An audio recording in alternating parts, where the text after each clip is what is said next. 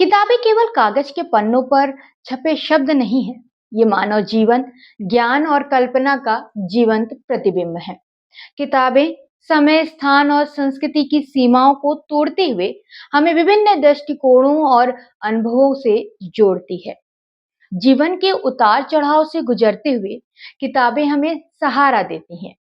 वे हमें प्रेरित करती हैं, आत्मविश्वास बढ़ाती हैं और एक बेहतर इंसान बनने का मार्ग दिखाती हैं।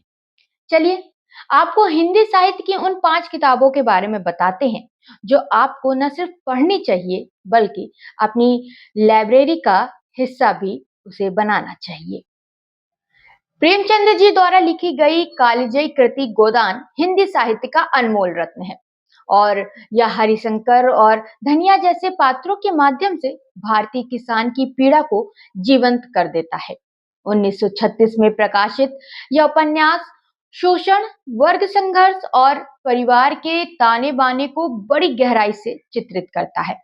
इसकी लोकप्रियता आज भी बरकरार है।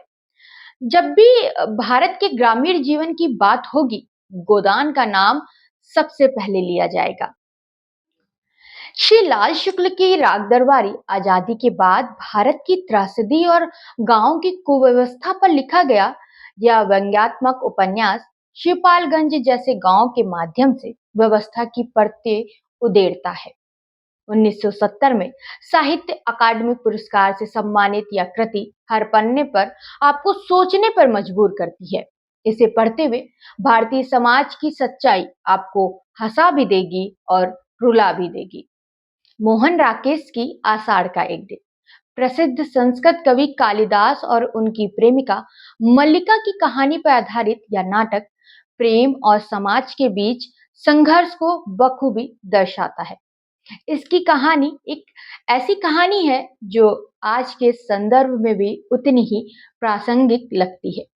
प्रेम को समाज किस नजर से देखता है, यह समझने के लिए यह नाटक पढ़ना बहुत जरूरी है।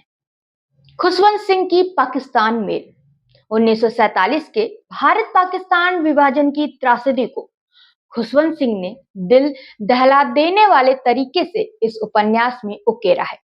प्रमुख पात्र जग्गा का संघर्ष और कहानी का दर्द विभाजन के दौरान लाखों लोगों के जज्बातों को आवाज देता है। यह किताब हमें उस दौर की भयावहता और मानवता के संघर्ष को याद दिलाती है। तस्लीमा नसरीन की लज्जा बाबरी मस्जिद विध्वंस के बाद बांग्लादेश के समाज में आए सांप्रदायिक तनाव और उसके प्रभावों को अपनी इस किताब में बेहद संवेदनशील तरीके से लिखा है। लज्जा सिर्फ एक उपन्यास नहीं, बल्कि उस दौर की सच्चाई का आईना है। इस किताब की वजह से तस्लीमा को बांग्लादेश में निर्वासन और उनकी किताबों को प्रतिबंध तक पहुंचा दिया, लेकिन उनकी आवाज आज भी गूंजती है। धन्यवाद।